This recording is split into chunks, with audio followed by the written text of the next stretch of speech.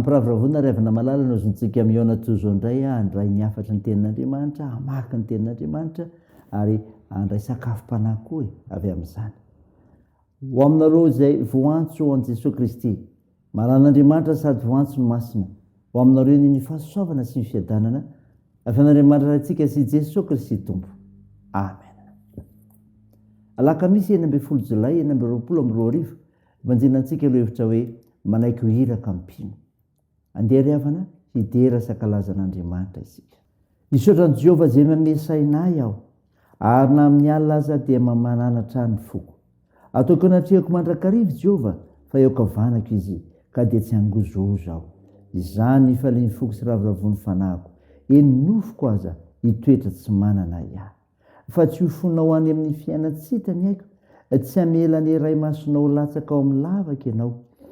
Ampahafantatra ny lalanainy ianao, fa avikisa-pifaliana ny eo natrehanao ary fahafinaretana ny eo tananao akavanana mandrakizay. Amen.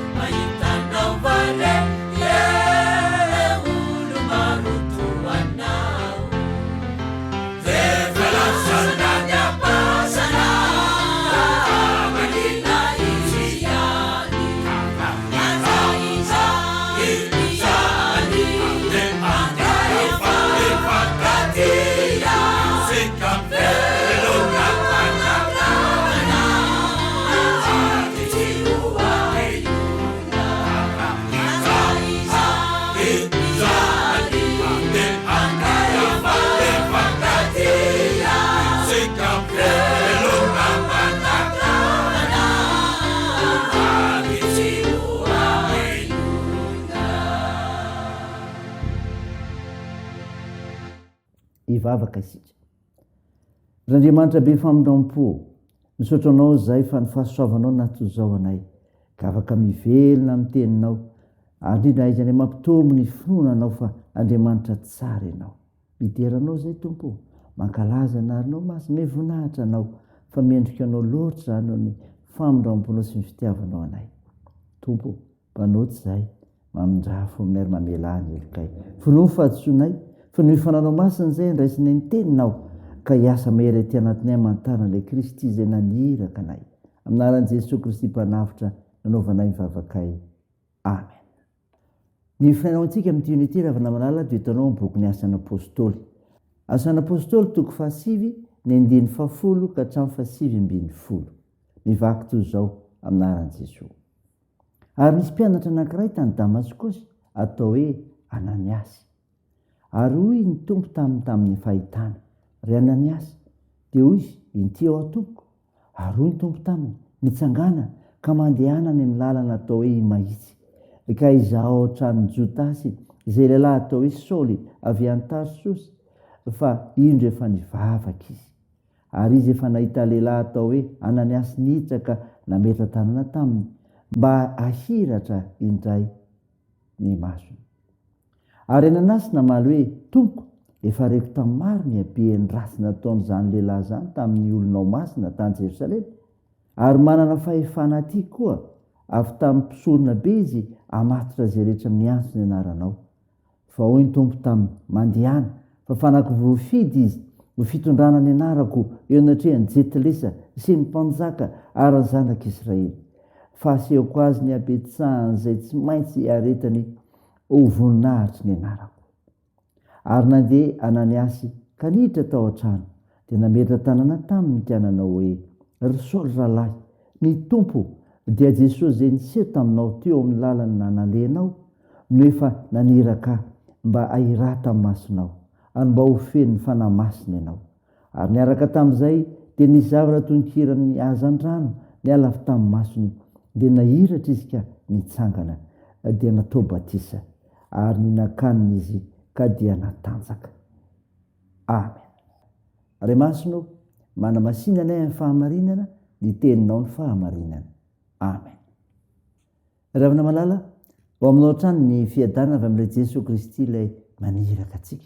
Nofinaina vakina tamintsika teo asan'ny apôstôly toko 7:10 ka hatramin'ny 7:20. Tantara milaza ny ovan'ny Saoly Kristianina. Ary koa nametraha tanana taminy.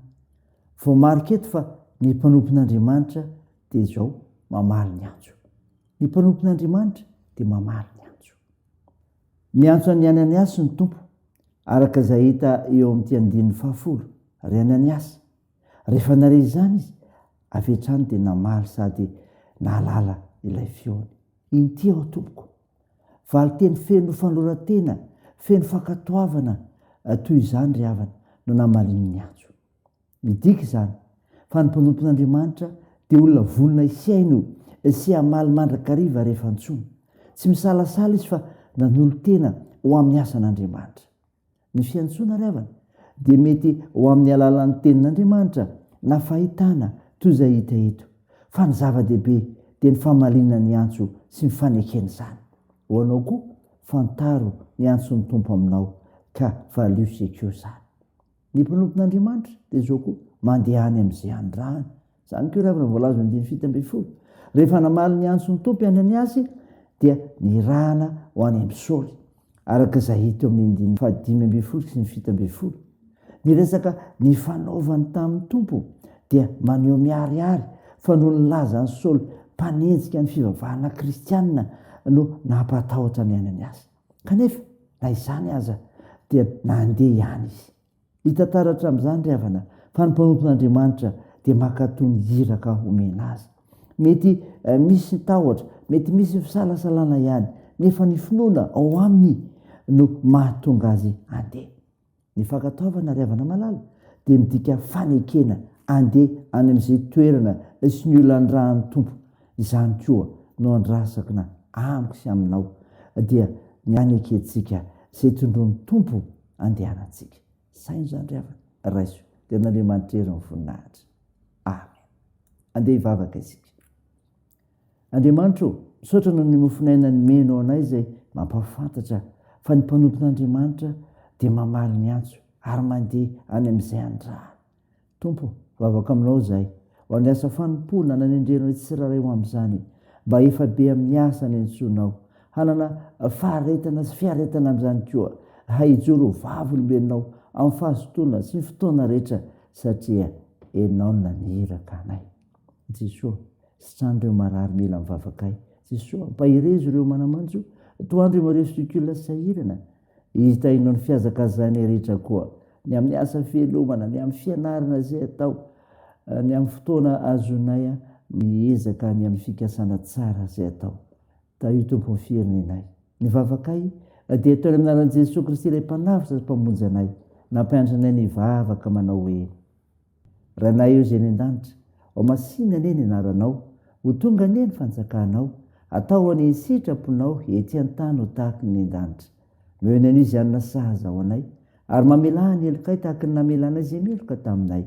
Ary aza mitondra anay amin'ny fakam-panahy, fa manafanay amin'ny ratsy, fanao ny fanjakana sy ny hery, ary ny voninahitra mandrakizay. Amen. Raha sy finoana ry havana malala ny tsodrana todranao amin'ny anaran'i Jesosy Kristy. Aza matahotra ianao fa momba anao aho, ary aza merikerika foana fa zao n'Andriamanitra aho, mampahery anao sady mamonjy ianao, eny mitantana ny tanakavana amin'ny fahamarinako aho. Amen.